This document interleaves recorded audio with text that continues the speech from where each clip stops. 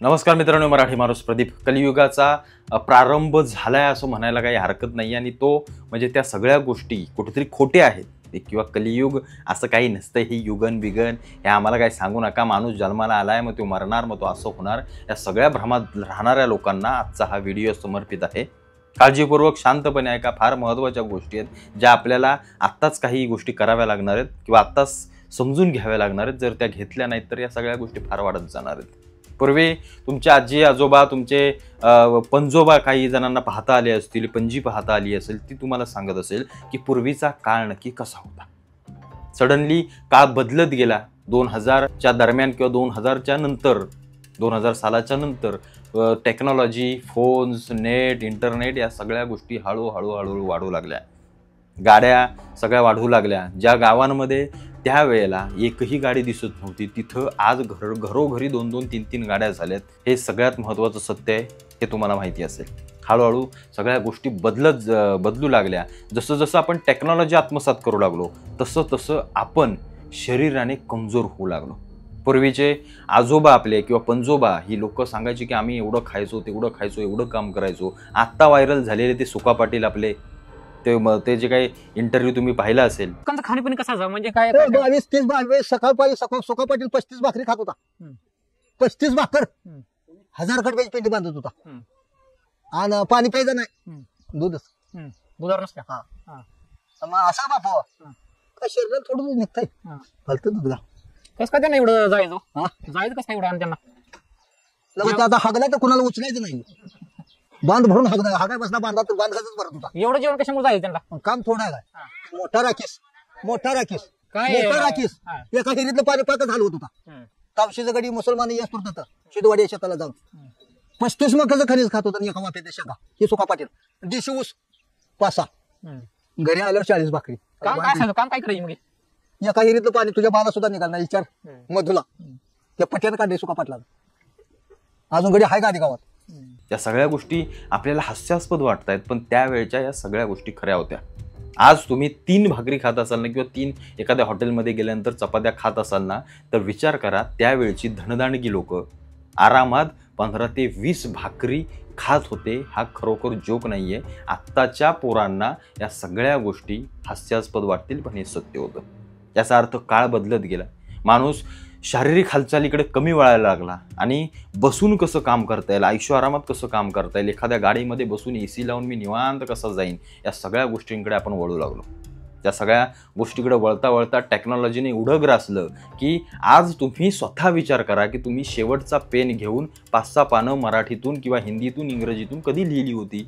याचा विचार आपण केल्यानंतर आपल्याला कळतं की काळ बदलत चाललाय, शिक्षणाची पद्धती बदलत चालली आहे आणि त्याच्यामुळं हळूहळू हे शिक्षण बंद होईल. आणि लॉकडाऊनच्या काळानंतर जसं झालं ऑनलाईन शिक्षण, की तिकडे आपला सर कुठं त्याच्या घरात कुठल्या खोलीत शिकवतोय ना आपण सगळे महाराष्ट्राच्या देशाच्या कानाकोपऱ्यात बसून ते पाहतोय, अशी टेक्नॉलॉजी आली.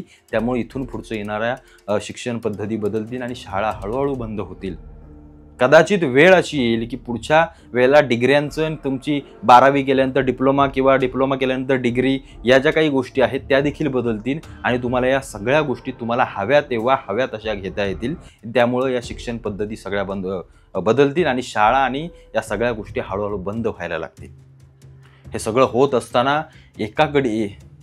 होत असताना टेक्नॉलॉजी ज्या पद्धतीनं बदलत चालले तसा विद्यार्थ्यांचा, मुलांचा, लोकांचा पेहराव बदलत चाललाय, खानपान बदलत चाललंय. सगळ्या गोष्टी हळूहळू बदलत आहेत आणि त्याचा परिणाम आपल्या शरीरावरती होतोय.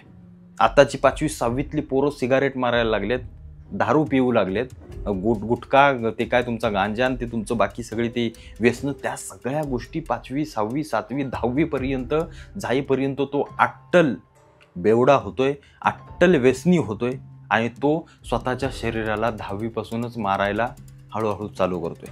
कारण ही व्यसनं तुमची शरीरं आतून खातात. काळ बदलत चाललाय. न्यूडिटी, ज्याला आपण वल्गरता अशी म्हणतो, जो शब्द वापरतो मराठीमध्ये, ते वल्गर ज्या काही गोष्टी आहेत किंवा ज्या घाणेरड्या गोष्टी आहेत त्या हळूहळू 5वी-6वी पासूनच मुलांच्या कानावरती पडू लागल्यात. फोन खोलल्यानंतर सोशल मीडियामध्ये 10 पोस्टपैकी 5 पोस्ट अशा असतात ज्या अत्यंत घाणेरड्या असतात. त्या बघितल्यानंतर मुलांच्या मनावरती अत्यंत मोठा भीषण परिणाम होतो. त्याच्यामुळं सेक्शुअल सगळ्या गोष्टी बदलत जातात. हार्मोन चेंज फार मोठ्या प्रमाणामध्ये होत आहेत. त्याचं खानपानाचंही त्याच्यावरती सगळं आहे. मुलांचं शरीर तरुणपणातच पूर्णपणे आतून जीर्ण होऊन जात आहे, त्याच्यामध्ये ताकद राहत नाही आहे.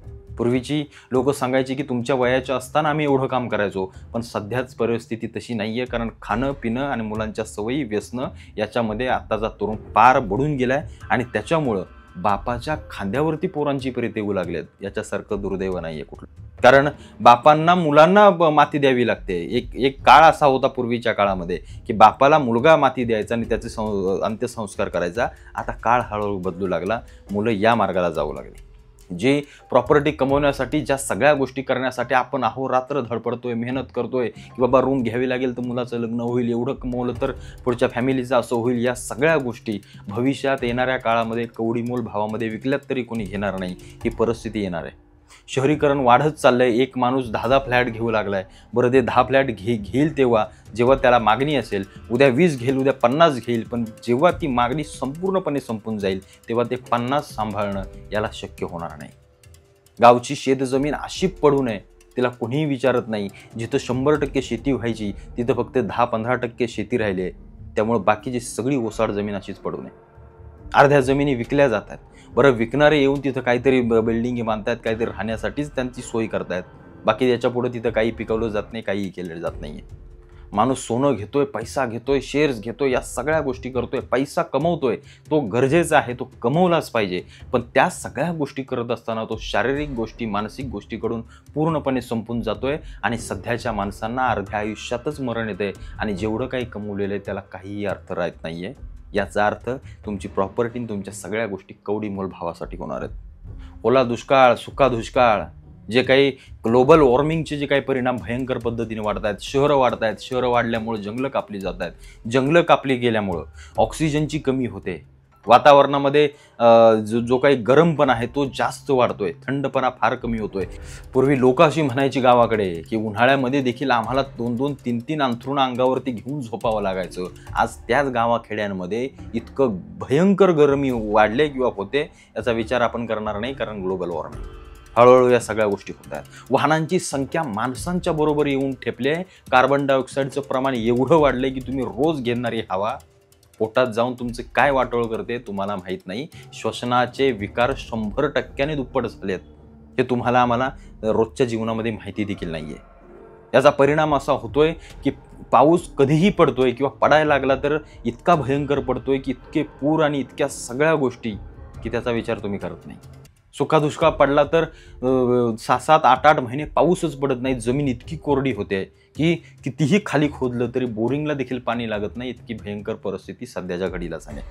शहरांच्या आजूबाजूच्या नद्या जर बघाल तर त्या नद्यांचं पाणी पिण्यासाठी सोडा, आंघोळ देखील आपण करू शकत नाही, इतकी भयंकर परिस्थिती आहे पाण्याची.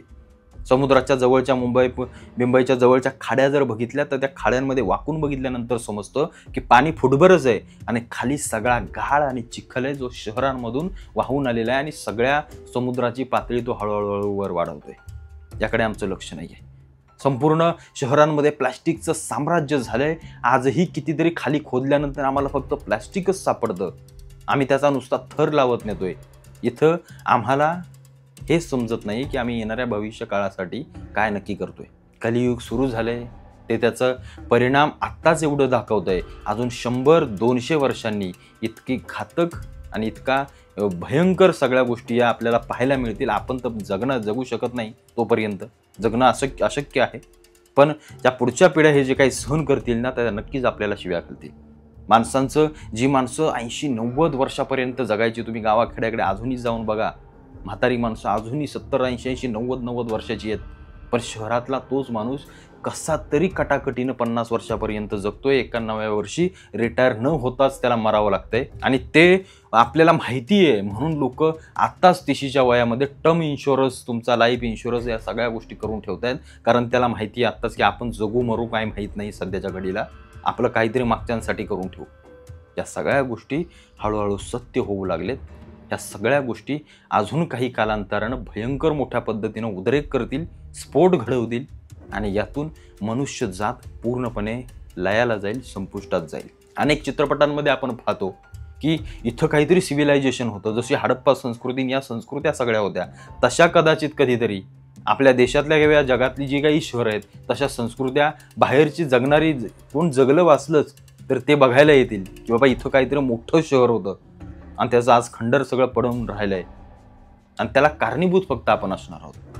आपण जे काही भविष्याचा विचार करून जे काही चित्रपटांमध्ये दाखवतोय ना त्या माणसाला हे कळत नाही की हे आपल्यासोबत खरोखर घडणार आहे पण ते वर्तमानात घडत नाही आहे. त्याच्यामुळे आपल्याला असं वाटतं की ते काही घडेल तेव्हा घडेल पुढचं पुढं बघता येईल. पण या गोष्टी प्रत्येकानं लक्षात ठेवायला पाहिजेत, अभ्यास केला पाहिजे. कारण हे जर आपण आत्ता केलं नाही तर येणाऱ्या काळामध्ये पुढच्या पिढ्या आपल्याला शिव्या घालायला तयार असतील. एवढं फक्त जरा लक्षात असू द्या.